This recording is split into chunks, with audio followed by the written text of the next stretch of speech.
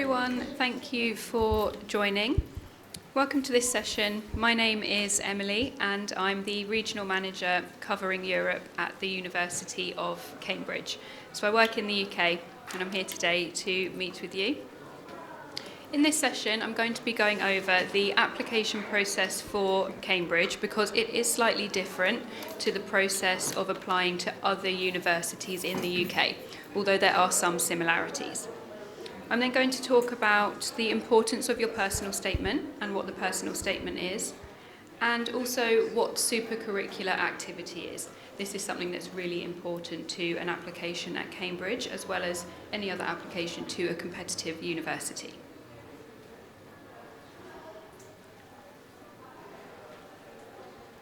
So first of all, you might be wondering, what is Cambridge actually looking for? I think everyone knows the name of Cambridge, knows it's competitive, a prestigious university, but what actually is it that we are asking for from applicants? The most important thing is academic ability. We're looking for students who can satisfy the entry requirements that we're asking for. And this is in two ways. There'll be entry requirements in general for admission into Cambridge, but there'll also be some very specific entry requirements for certain courses or subjects that you're applying to study on. So for example, if you are applying to a programme that uses maths-based skills, then there might be some specific maths entry requirements that we're looking at as well. So that's the first thing. We're also looking for a genuine subject interest, and this has to extend beyond the classroom. So not just enjoying a subject a bit at school, the most out of all your other subjects, but a genuine passion and interest for the subject that you're applying to study for at university. There needs to be a good fit between the applicant and course. So you don't just want to think if you are the right applicant for a university or Cambridge specifically, but is Cambridge and that environment right for you as a student as well, and the way that you like to learn. And in some cases, there might be a vocational commitment. So for some subjects that you apply to, you might have needed to have done some work experience or practical work to support your application. But I'd like to highlight that we're not looking for one perfect type of student. Lots of different people come and study at Cambridge, and we're looking for applicants with academic ability and potential, irrespective of any social, religious, school or financial backgrounds.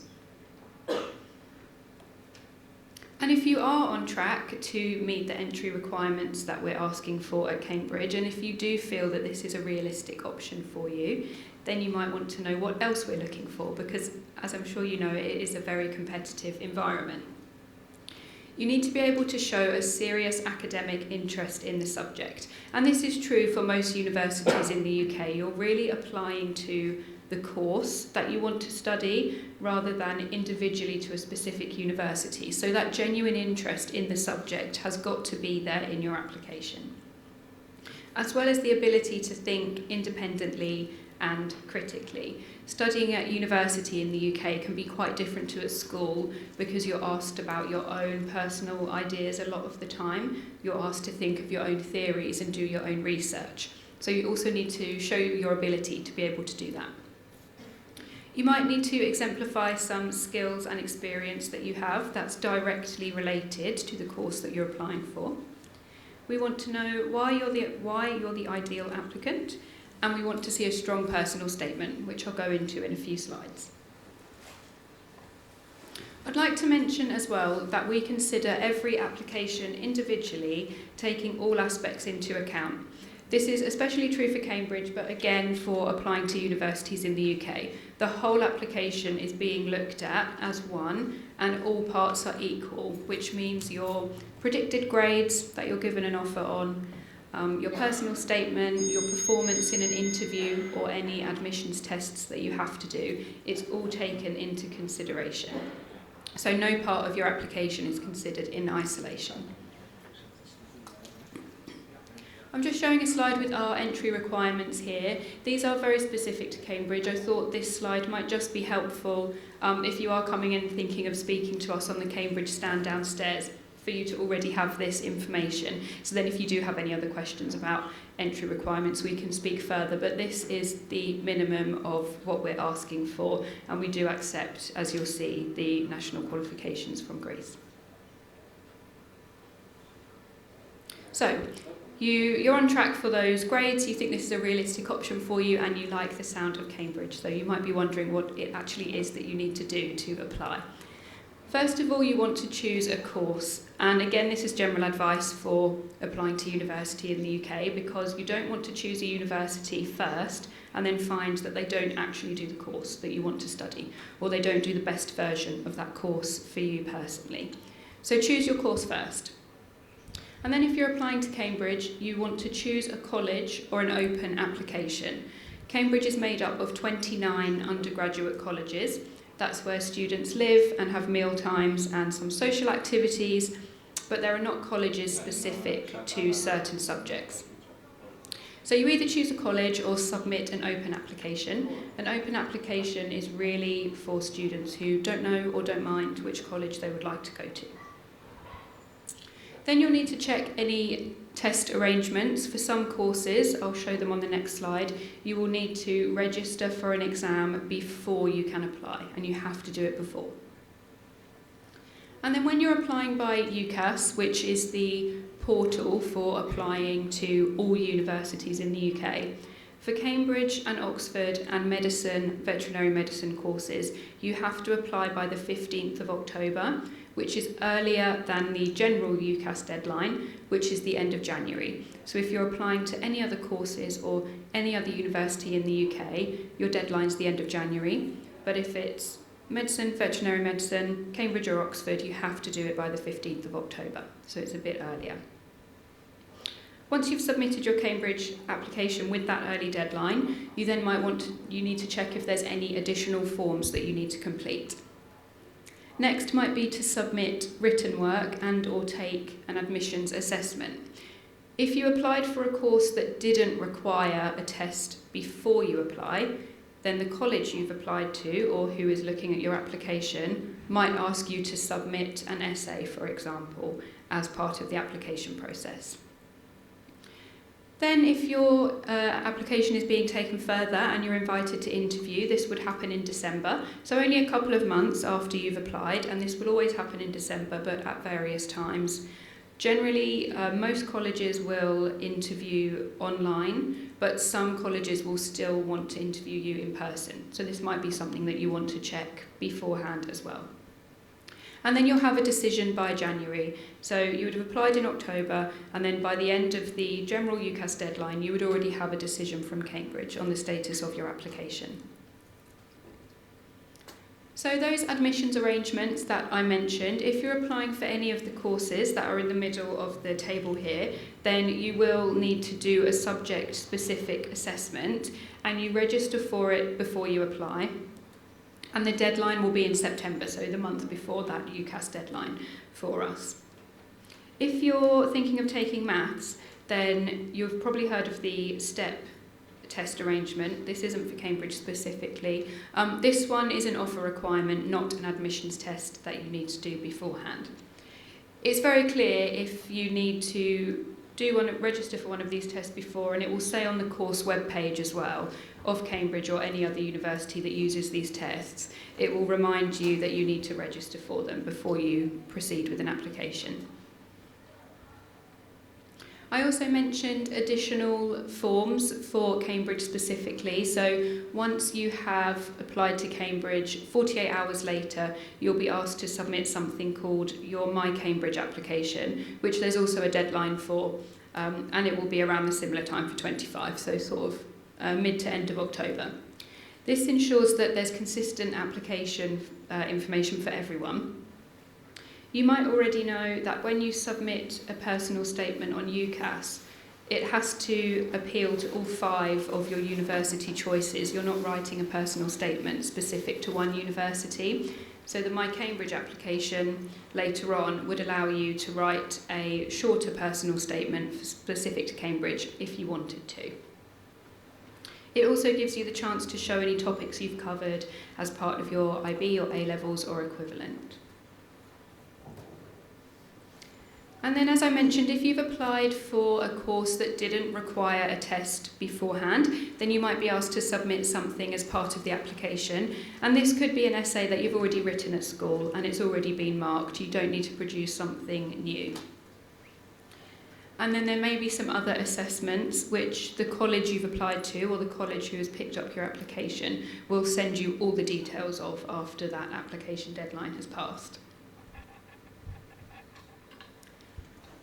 If you then proceed to interview, it will most likely be 1 or 2 interview sessions, relatively short, typically about 35 to 50 minutes of interview time combined. And these are discussion based. They're not a question and answer panel interview format. They're to listen to the students' interest in the subject, so that's where that genuine passion and genuine interest in the subject comes through in the interview, listening to how an applicant communicates about what they want to study. There's lots of ways to prepare for these. If you get to that stage, there's interview tips and videos online and free resources for you to make use of. So the personal statement. The personal statement is part of the UCAS application process for any university in the UK, not just Cambridge.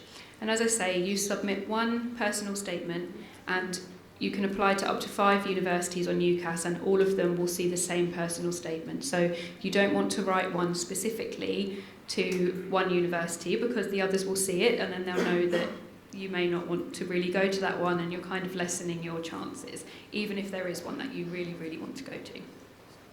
The personal statement covers why you want to study the course. So remember, a big part of applying to university in the UK and Cambridge is why the course, not that specific institution. So you're applying to the course. You cover your academic interests and any work experience, skills and achievements that you have. About 80% of your personal statement needs to be academic and about your super-curricular activity. And I'm going to go on to explain what super-curricular is in a couple of minutes. And then 20% about extracurricular. These tend to be activities like sports and hobbies that give you transferable skills, so not necessarily directed to the course, but still show what kind of person you are and what skills you have. It's never too early to start finding content for your personal statement, especially if you're like 2 or 3 years away from thinking about applying. You can start doing things now and then making a note of them, so when it does get to writing your personal statement, you haven't forgotten about any of the really good things that you did. Especially if it's something like work experience or volunteering, these can be really competitive or sometimes a bit more difficult to find, so the earlier you start looking for something like this, the better. Do some reading around the subject that you want to apply for, kind of get into the habit of reading around the subject and doing extra research. Sports, music, debating, acting, they all evidence communication skills, skills of being a team player, so try and get involved with things like that if you can. Anything you do which is an example of having good time management skills. And do think about your hobbies and clubs. Are they related to your subject or not? It's much better and it's more important to keep the personal statement relevant to the course you're applying for. So do seriously think about how relevant the hobbies and things you do outside of school are and if you can relate them back to your course or not. And what is super-curricular activity? So you might be familiar with the term extracurricular. I think a lot of schools use this term and lots of universities use this term. Super-curricular is anything that you do to explore your subject outside of your school curriculum, whereas extracurricular is that extra stuff like the hobbies and sports and things like that. So super-curricular has got to be related to the course that you're applying to. What it allows you to do, firstly, it benefits you because if you're doing lots of super-curricular activity outside of school, it kind of proves to you that you do definitely like that subject and that's definitely something you want to study for 3 years because you're willing to spend time looking into it outside the class. And it exposes yourself to a higher level of content to prepare you for the type of academic learning that you do at university. We advise that you start with something you find interesting. So if you like reading or if you absorb a lot of information through podcasts, then start there and then start to look further. And start with a subject area or topic within what you want to apply for that interests you the most. And I've got some examples here. It's really important that your super-curricular demonstrates your subject interest. It can show your research skills, and it broadens your subject knowledge. And at interview, the interview might be based on your personal statement or on some super-curricular activity that you've done. So it's really important to build these things up to make a competitive application, and this is what can help you stand out from other applicants. And this can come in the form of directed reading, so there's some examples there. There's lots of free online resources, project work that you might be able to get involved with at school, university activities. So for example, at Cambridge, we offer subject masterclasses, which you can join and listen to about a specific course, and it will kind of give you an idea of what it's like to listen to a Cambridge lecture. And work experience as well, if you can. And finally, here's some examples, and I just want to highlight that all of these examples are readily available and free. The super-curricular activities don't have to be long, lengthy, expensive activity. And you might be surprised to see that podcasts and TED Talks and documentaries are on there, but actually really fantastic researchers often feature on TED Talks and podcasts and things. So they're also really valuable resources. So don't feel that you can't engage with kind of modern things like that. Keep up to date with your subject in current events, so do look at news, and again, it doesn't have to be in a newspaper, however you kind of access media outlets is fine, as long as you can then write about it and explain what interest it's given you in your subject. And finally, not on the slide, we want to see applicants from anyone who is talented and has potential, so you can completely be yourself in your application, write your personal statement as you are, and be honest, and that's what will give you the best chance. Thank you very much. I'll be downstairs with a couple of colleagues, so if you have any more questions, I would love to chat to you. There might be a bit of a queue, but I'll get around to everyone as quickly as possible, and thank you for listening.